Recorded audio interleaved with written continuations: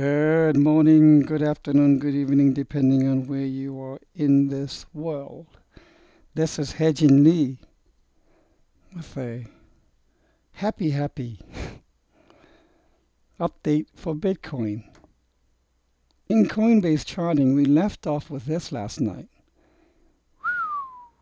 This is the power of technical analysis. Look at this breakout. Oh my God. Isn't this beautiful? Look at this breakout. Whew. You can't beat this. When your forecast picks it right to the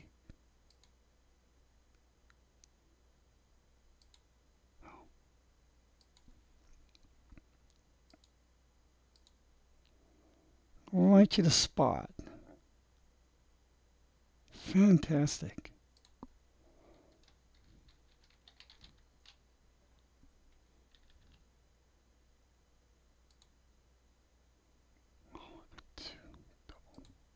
Double arrows. I don't want double arrows. There you go. Boom. Beautiful. This was a bullish ascending right triangle. Very bullish. Where you have a horizontal line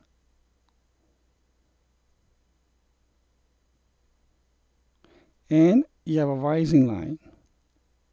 A lot of the analysts out there were doing this, calling this a symmetrical triangle. Not me. I took the peak of this right here, and aligned it right there.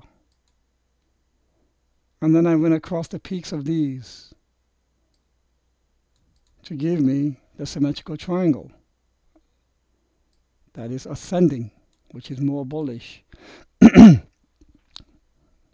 other words, as a technical analyst, I could have gone like everyone else did and called this a symmetrical triangle and said, according to the McGee Trends pattern book, symmetrical triangles are often moments of indecision. You don't know whether it'll go up or whether it'll go down. But this is when you continue to kind of stare at the chart without any of the markings. If you clear all the labels and just look at it and draw lines, it dawned on me that this was really an ascending bullish right triangle, just like I drew. And then look at the volume. Volume is bursting out with the price. Fantastic. Well, I think on the minimum one target is 13,884. With symmetrical triangles that are just like this, you have no way of knowing what the minimum travel is, because technically it's in almost no man's land unless you have Elliott waves to tell you where the propensity of the direction breakout will be, because if the E wave is in the bottom line of the triangle, most likely it'll go up.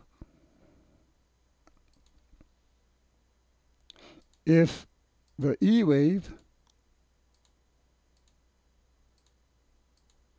is in the top of the triangle, you have the propensity of price going down. That again, to me, is the reason why if you just solely rely on chart pattern, you don't get as much information versus combining that chart pattern with Elliott waves.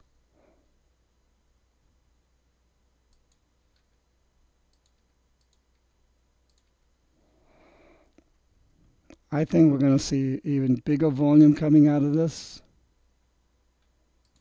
And what I didn't do last night, it was so late, I should have relabeled this darn thing. Do it one more time.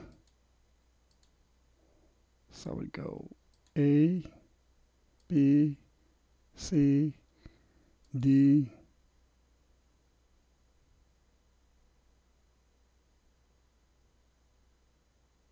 E.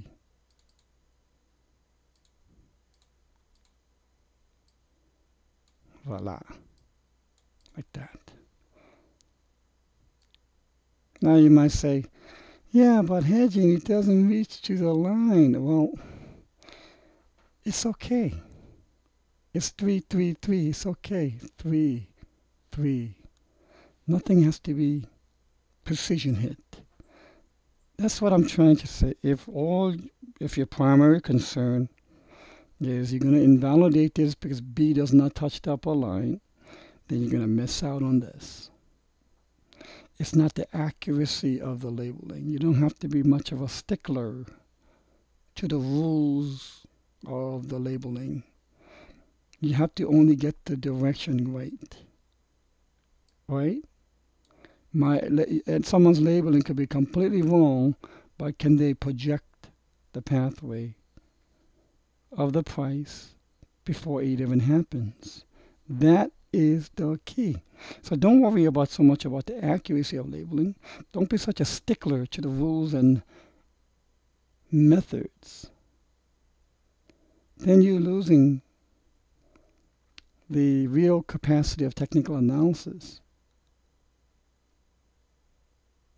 to project price pathway with accuracy, with a good probable outcome.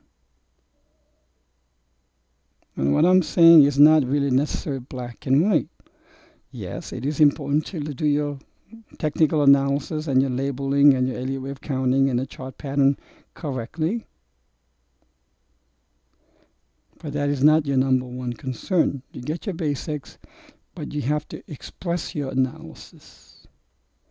You have to express your analysis based on what you have on the technicalities. Then you have to express your projection. Where will the price go from here?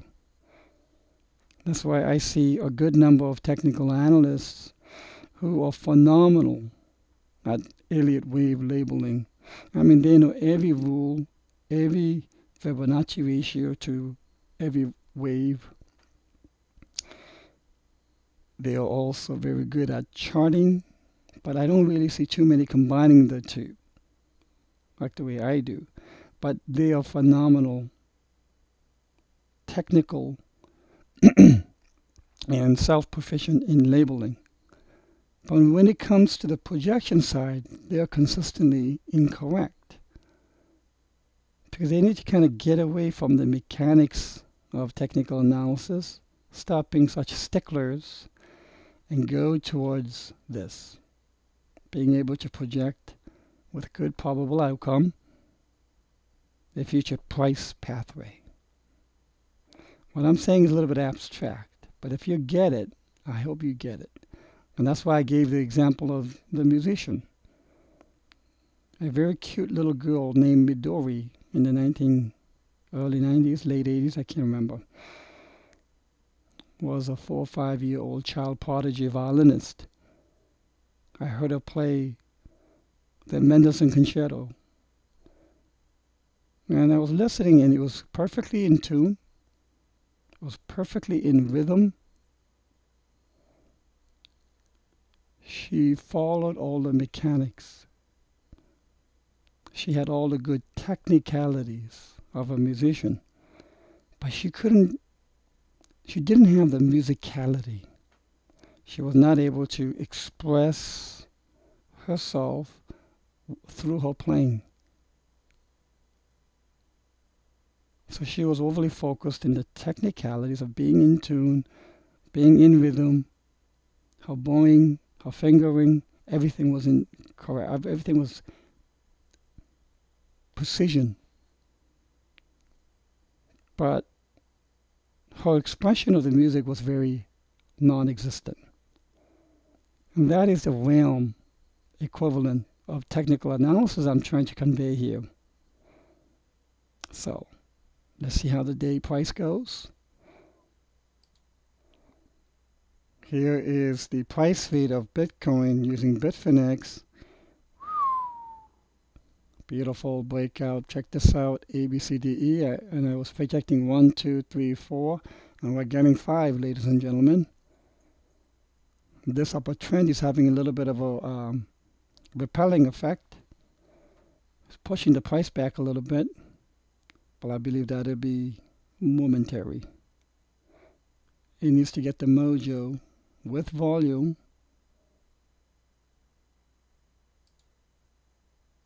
And here's the volume.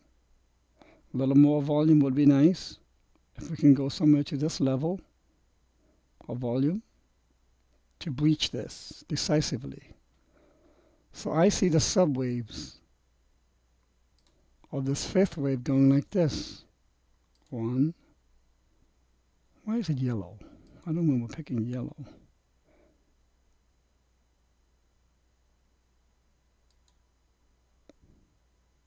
Two, three, and that four will rest on the upper trend line, upper resistance line.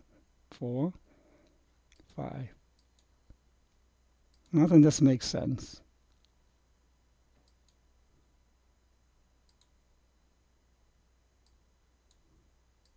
Like so.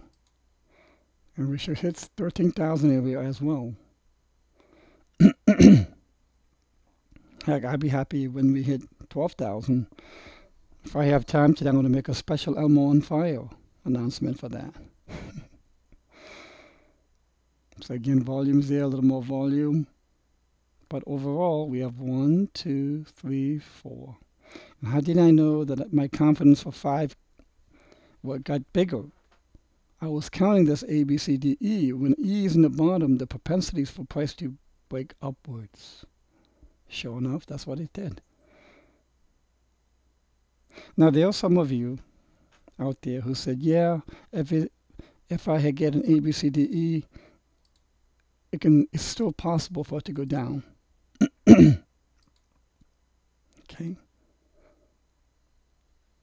Or they can say, yeah, nice try, but you can still go for like that. Then they are looking at it the wrong way, if that is your thought process.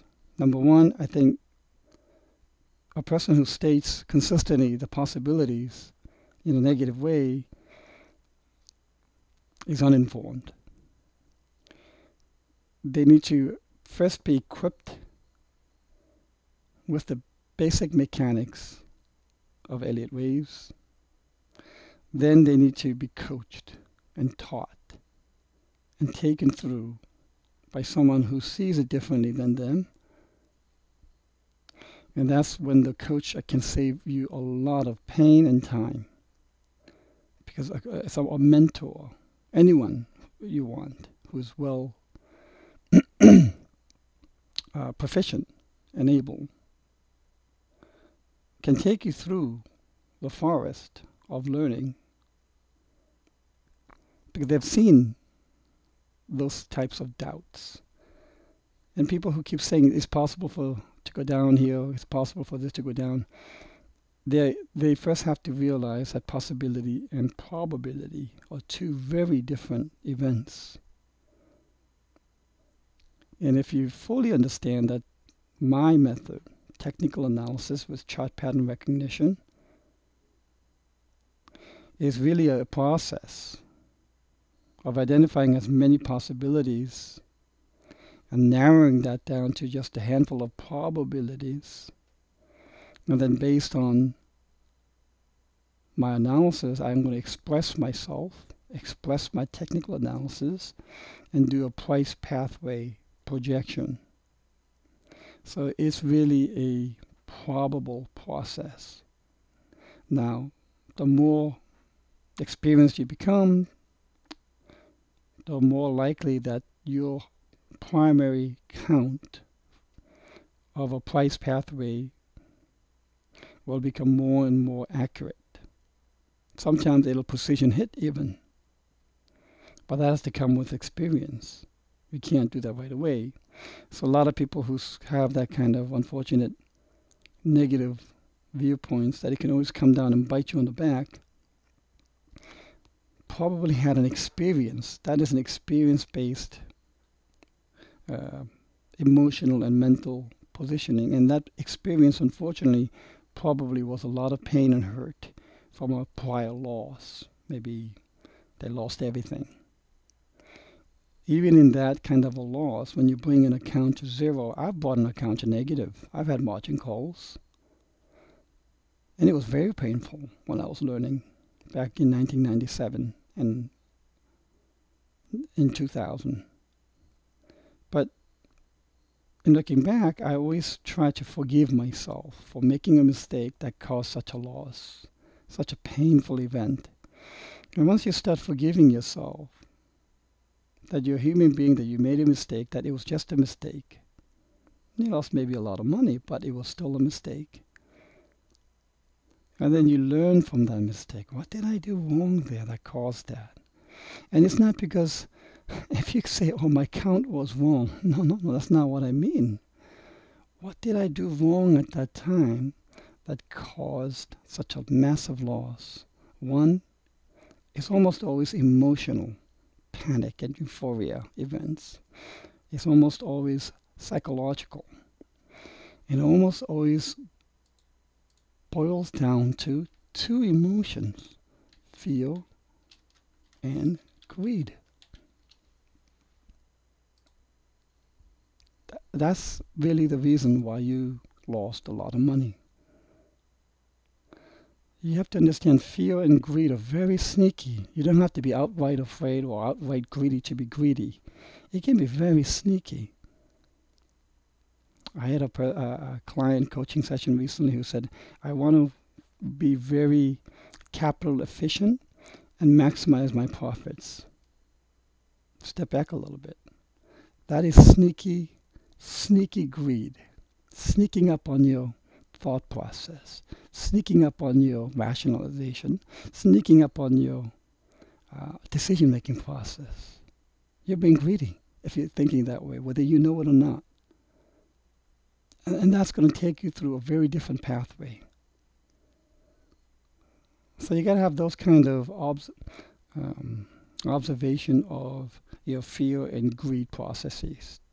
And if you keep consistently losing, think, why did I lose that 11% today? I was doing so well and I lost. Well,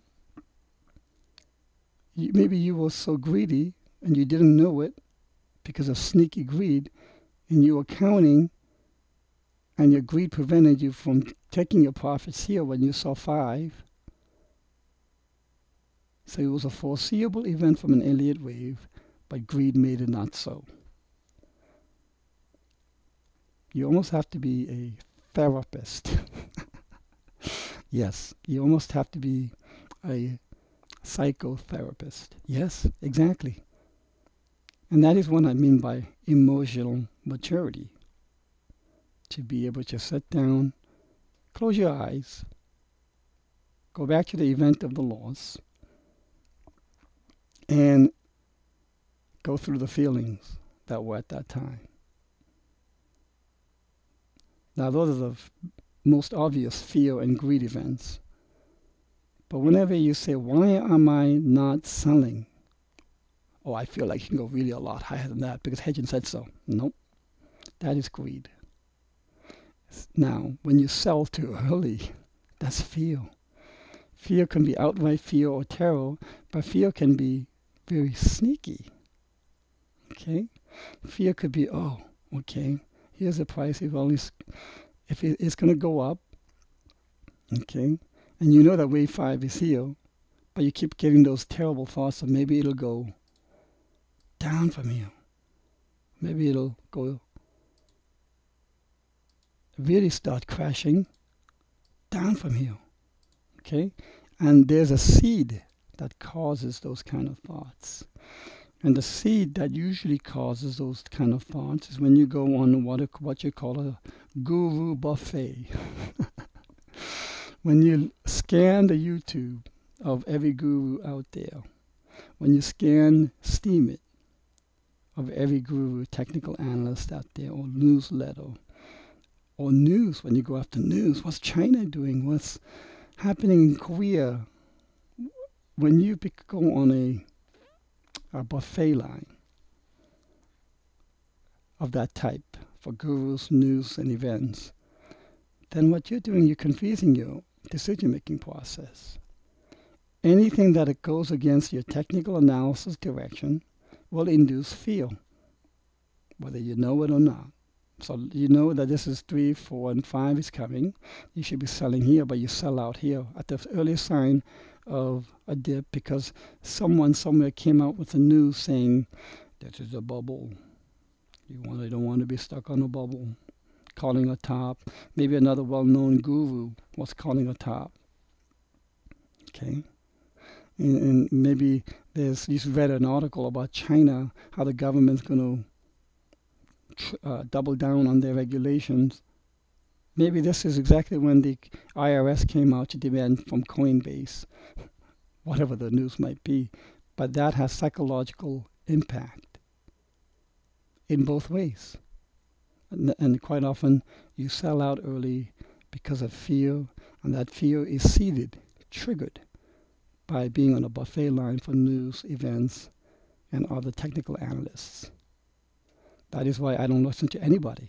Not because, not out of arrogance, never, but because I don't want fear and greed, seeds and events to trigger my decision-making process because they're very sneaky. You won't even know that you're under its influence. So you have to be very vigilant. And one way of my being very vigilant for myself, because I'm a human being, is to be very closed out to other news analysts. I don't even watch the news. I rarely do. Okay? Because I know as a human, when I hear someone say, there's a crash coming, it's going to very sneakily impact my thought process, whether I know it or not. And I've caught myself enough in many instances to know so that what's best for me is close everything and everybody, all gurus, all analysis, all other charts, everything out except my own analysis. So I hope this makes sense. It should. For what many of you probably have. In fact, I'm quite certain that every one of you listening and reading this have gone through that experience. I hope this was helpful. My objective here is to help and do no harm in my blog. If you have any questions, please do post in the comments. But take a moment and consider what I just put in here. That's the take-home, experience-based secret sauce that maybe I can share with you, and perhaps it can help you as well. We'll see how the price goes during the day, but so far it's looking beautiful to me.